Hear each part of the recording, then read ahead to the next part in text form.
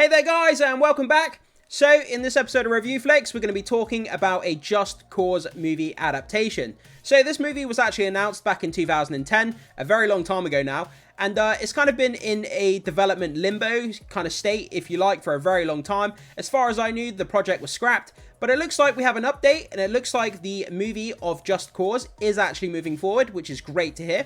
So let's jump in, break it down, and see what's going on with this movie. So this comes to us from comicflicknews.com. So, Blue Beetle director Angel Manuel Soto to helm Just Cause movie adaptation. So, Universal Pictures is reportedly developing a movie based on the Just Cause video game franchise from Square Enix and Avalanche Studios, with Blue Beetle director Angel Manuel Soto set to helm the adaptation. Yeah, I mean, what this guy did with the Blue Beetle movie, it didn't make much money at the box office, and ultimately it was a bit of a flop, but the movie itself was quite fun, it was very charming, it was well put together, I thought it was quite well directed, so I'm very interested to see what he can do with a Just Cause movie. I mean, if the movie ends up being as, half as fun as it is to play the game, then the movie should turn out great, because those games, man, they're so fun to play, action-packed, blowing stuff up, jumping in and out of vehicles, taking on paramilitary groups, and I mean, it's absolutely ripe to be turned into a movie, and I can see why they're moving forward with this, especially now that we're in a kind of a golden age of video game adaptations as well. I think it's the perfect time to get this adaptation up and running. So, as reported by The Hollywood Reporter, Universal Pictures has secured the right to produce a movie based on the popular action-adventure video game series from Square Enix and developer Avalanche Studios. Blue Beetle director Angel Manuel Soto is set to helm the adaptation. So the story details remain under wraps, but given that it's based on the video game franchise with 4 titles, we can expect a thrilling action-adventure narrative. So Just Cause is a series of action-adventure video games primarily set in islands of the archipelagos.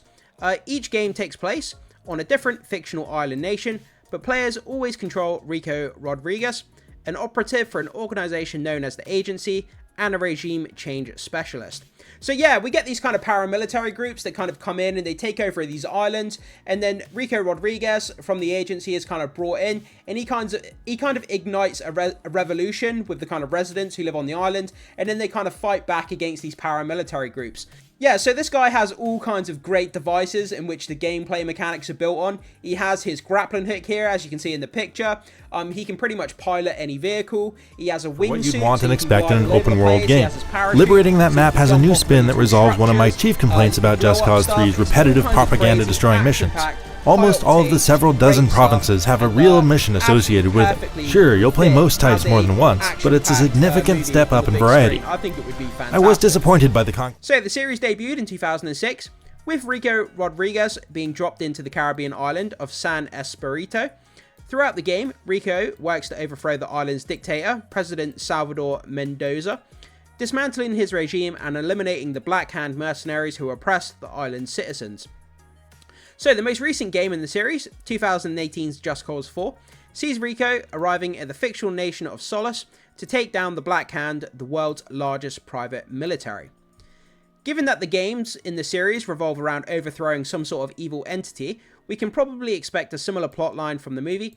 Story aside, the games are known for their massive set pieces, so there should be no shortage of blockbuster action scenes. I mean, a lot of the missions revolve around like blowing up buildings or, destroying certain structures and doing, all this kind of explosive, high-octane kind of craziness. The kind of stuff we've come to see in like the Fast franchise, for example, where they just jump in and out of these crazy different vehicles, army vehicles and armored jeeps and Humvees, and blowing up buildings and, cars flipping all over the place. And that's kind of what this franchise is like. And it's absolutely insane. Explosive action all over the place. And if they do it right, if they write the movie well, I think it can be really compelling. And I'm sure a lot of you guys watching will be really excited to hear that this movie is coming now.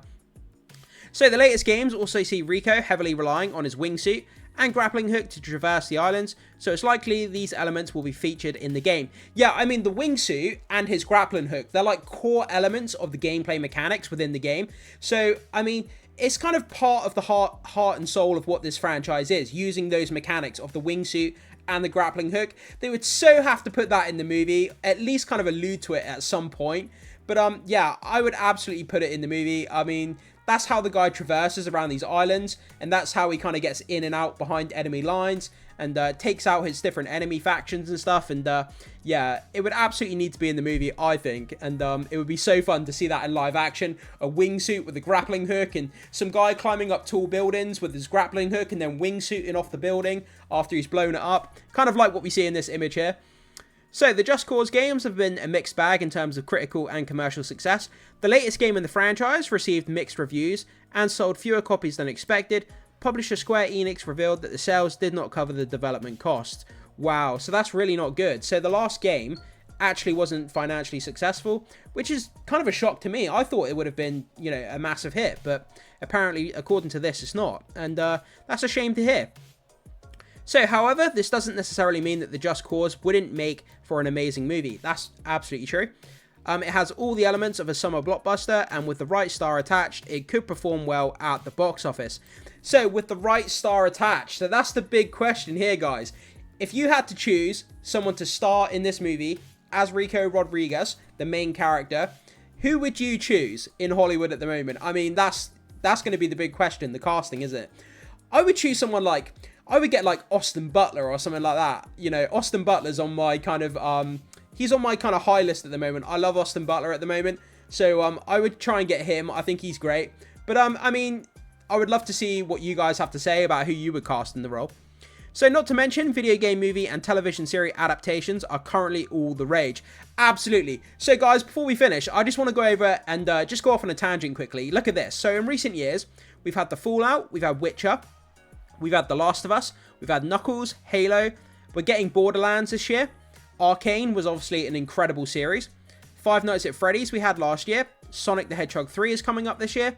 We've had Super Mario, Gran Turismo, Mortal Kombat 2 is coming next year. We've had Tomb Raider, Minecraft coming up next year. We've had Uncharted, Sonic the Hedgehog back in 2020, Mortal Kombat 2021, Sonic the Hedgehog 2 2022. We had Twisted Metal series.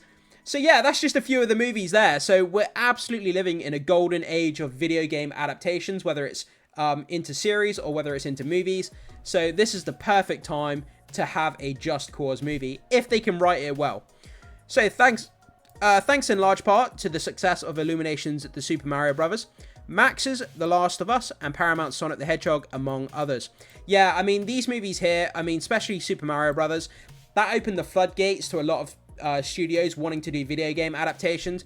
The Super Mario Bros., this charming animated movie based on, obviously, Super Mario Bros., the game, came out of nowhere, generated over $1 billion at the global box office, opened the floodgates, and now everybody wants to get into the video game adaptation, especially now that the superhero genre is declining as well. They're looking for the next big thing, which is going to be video games, in my opinion. Video game adaptations, I should say. But yeah, guys, so there we are. So that's the news that we have so far. It looks like the project is moving forward. We have Manuel Soto here, the director from Blue Beetle, who's going to be directing the upcoming Just Cause movie. So this is really, really exciting to hear. Like I said, I love those games so much. I grew up playing those games. They're so damn fun. And if they can make a movie that's half as fun as the games, then I think we're on to a winner. But guys, jump into the comment section. Let me know what you think about this. Would you be interested in watching a Just Cause movie, or do you think they should just keep it as a video game franchise? So in this episode of Review Flex, we're going to be talking about the live action He-Man movie, and it looks like they've officially cast He-Man himself. This actor here, known as Nicholas Galitzine, is going to be playing the titular character, but I'm very, very confused at this casting. Don't get me wrong, I'm not body shaming this guy by any means. I'm sure he's ripped, he looks fit, he looks healthy, it looks like he's got a great body shape on him. But I'm very confused as to how this guy is going to play He-Man. I mean, he needs to add sort of like 40 or 50 pounds of muscle in order to resemble what He-Man even looks like. So I'm very confused. Are they going to CGI muscles onto this guy? Is he going to be wearing a muscle suit? Because this guy has no resemblance to the body shape of He-Man whatsoever. So I'm just very confused, very lost about this casting announcement. But guys, if I'm missing something here, please do let me know in the comment section. I'm sure, like me, a lot of you guys are confused. But let's go down, let's break down this news and see what's going on. So this comes to us from Comic Flick News. So He-Man cast for live action Masters of the Universe movie. So the live action Masters of the Universe movie, which has been in development for what feels like forever, is finally taking shape at Amazon MGM. So Travis Knight, known for his work on Bumblebee. Bumblebee is such a great movie. Guys, if you haven't seen it, watch it. Is set to direct, while writer Chris Butler, who collaborated with Knight on the animated film Laker, is penning the screenplay. Earlier drafts were contributed by David Callahan, Aaron Nee, and Adam Nee. The big news today, first reported by the sffgazette.com, is that Nicholas Galitzine has been cast as He-Man. Again, so damn confused. I've spent all morning trying to figure out how this guy is going to look like He-Man. He doesn't look anything like him, but yeah. Galitzine is best known for starring in Amazon's rom-coms Purple Hearts, Red, White and Royal Blue, The Idea of You, and recently received praise for his work alongside Julia Moore in Mary and George. Black Adam star Noah Centineo was previously attached to the role but exited in 2021. So, while not confirmed, there are rumours that Sacha Baron Cohen is in the running to play Skeletor. What? Borat himself? We're going to have Borat playing Skeletor. That would absolutely break me. If this casting actually came to fruition and was true, Borat, Bruno, Ali G himself playing Skeletor, that would be the best casting ever. I would love to see that. So, we're thrilled to bring the beloved Masters of the Universe to life, and couldn't be more excited to announce the immensely talented Nicholas Galitzine as our He-Man, says Julia Rappaport, head of film production and development at Amazon MGM Studios. Joining forces with director Travis Knight, Mattel, and escape artist, she adds, this reintroduction of the character and his universe will be an epic film that will delight audiences from here to Eternia.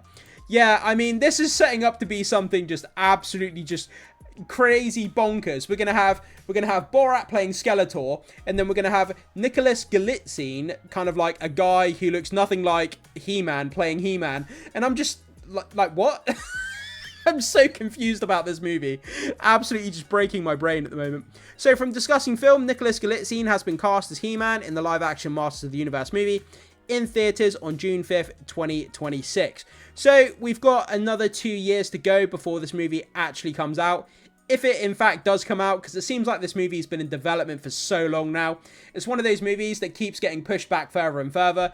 And then as a fan, I kind of just give up ever being able to see this movie at some point. But it does look as though they're moving forward on it. So I'm pretty sure we will get it in 2026.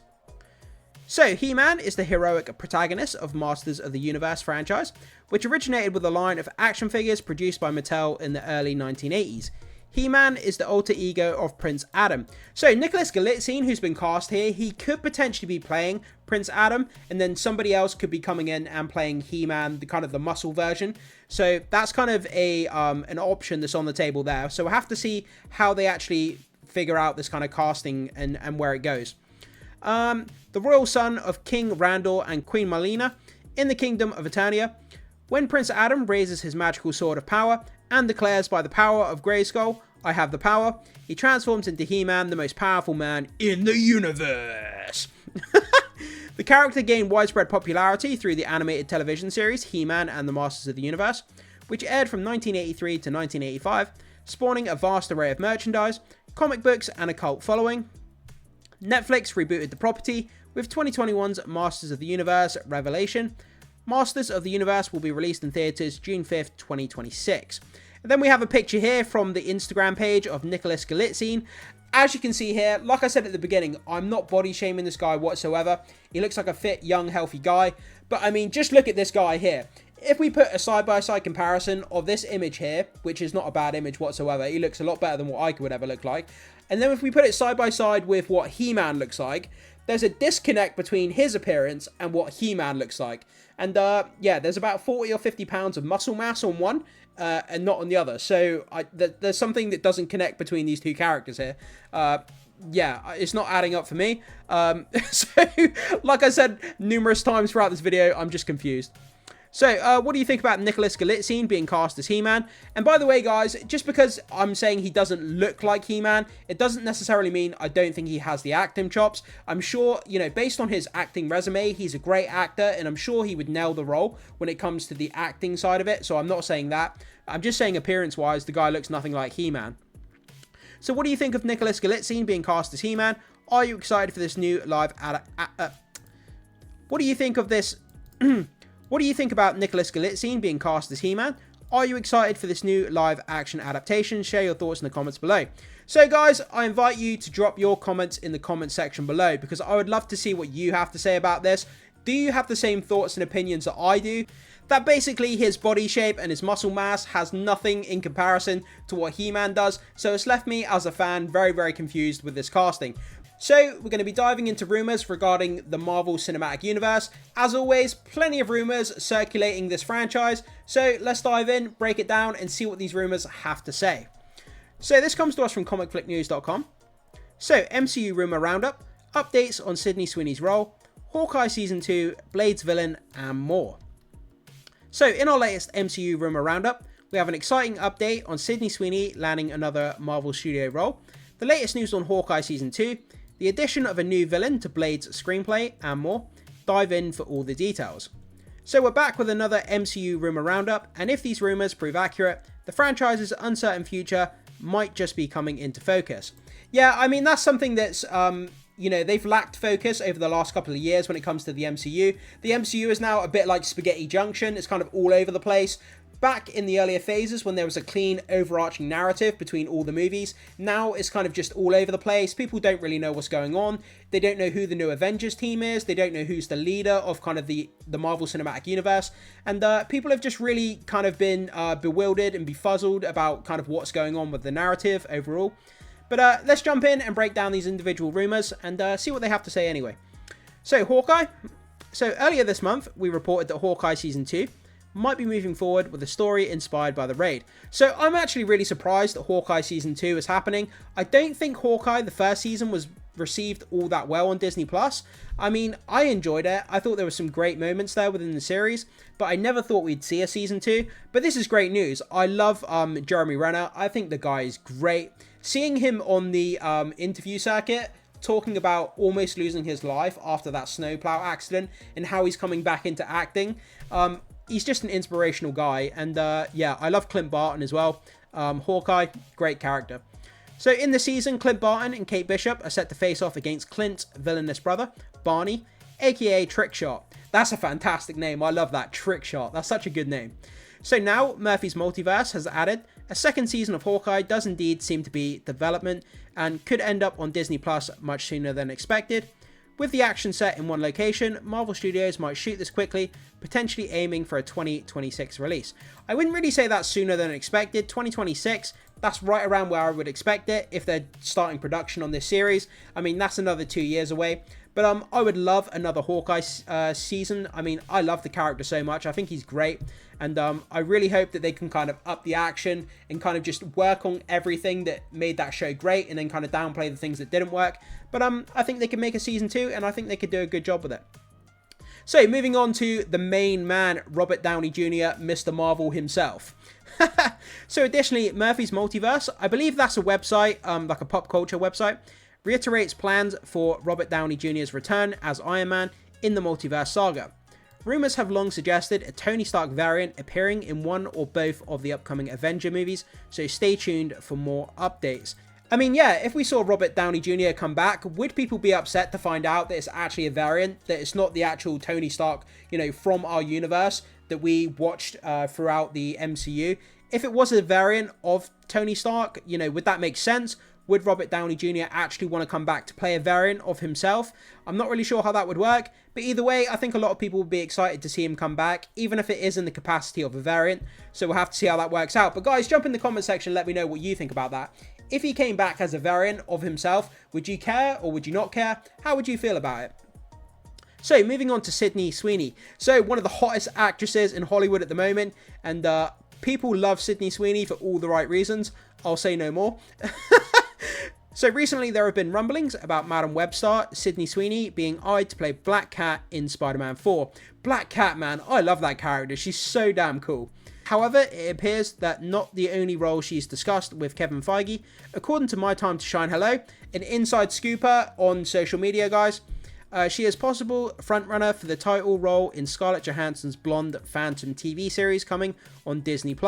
Yeah, so Scarlett Johansson is making a Disney Plus series. The Blonde Phantom is supposedly going to be the series that she's making, and there's a lot of rumors regarding who's going to be playing the blonde Phantom.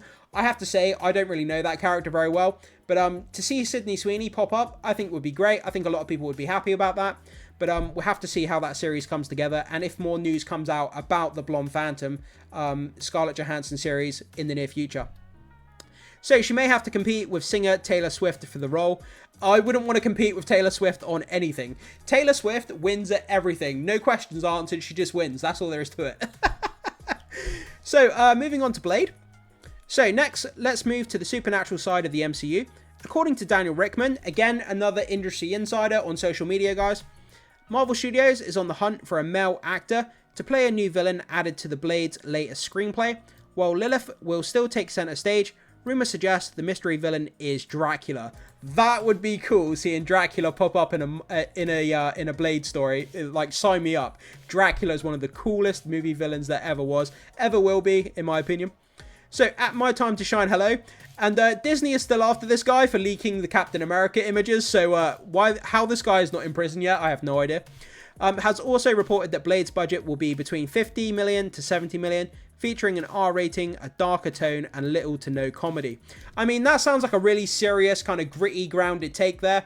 50 to 70 million, that's a great budget, rather than having like a $200 million movie, because they don't know if it's going to perform well or not. But an R rating, darker tone, sign me up. I want Blade. I want him slashing off, vampire limbs all over the place. I want blood. I want guts. Just all the craziness that Blade should bring. I mean, it's called Blade. It's about a guy who chops people up with a sword. I mean, so R rating is kind of, it kind of makes sense, So, moving on to Moon Knight.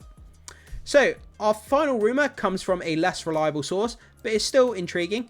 Apparently, Moon Knight Season 2 is in the works and will have more than 6 episodes. I have to say, I watched the Moon Knight series. There were some parts, like some of the fight scenes were quite cool, but most of the series didn't really do a lot for me. I know a lot of people did enjoy it, but yeah. Jake Lockley is expected to be the main personality, portrayed by Oscar Isaac. The character, like Mephisto and Kang variant, presumably Rama Tut, played significant roles. We aren't fully convinced by this one, but there have been similar rumours about a possible second season of Moon Knight, setting the stage for Midnight Suns. I know a lot of people would be very excited for Midnight Suns, including myself. As always, let us know your thoughts on these rumours in the comment section below. So Jake Lockley is expected to be the main personality portrayed by Oscar Isaac, with characters like Mephisto and a Kang variant, presumably Rama Tut, playing significant roles. Yeah, I mean, that sounds really cool. I just wanted to reread that just for a second, because I did go over it quite quickly. So, it's going to be Jake Lockley, Mephisto, a Kang variant, presumably Rama Tut. So, yeah, I mean, that sounds like a Royal Rumble there, if I ever heard of one. But yeah, guys, that kind of gives us our kind of news rumor roundup, if you like. So, potentially a Hawkeye Season 2, Robert Downey Jr. coming back as a variant. We got Sydney Sweeney potentially playing Black Cat or the Blonde Phantom in Scarlett Johansson's series. We've got potentially new villains here, Dracula in the Blade series, and a 50 to 70 million budget. And then in Moon Knight, we've got Rama Tut, Mephisto, and a Kang variant. So that sounds kind of crazy across the board. That's a great load of rumors there to kind of speculate on, guys, to kind of mill over for the next few days. But let me know, which one of these rumors stands out to you the most? Are you excited if these rumors become true? Whatever your thoughts are, guys, jump into the comment section, hit that like and subscribe for more videos, and I will see you in the next one.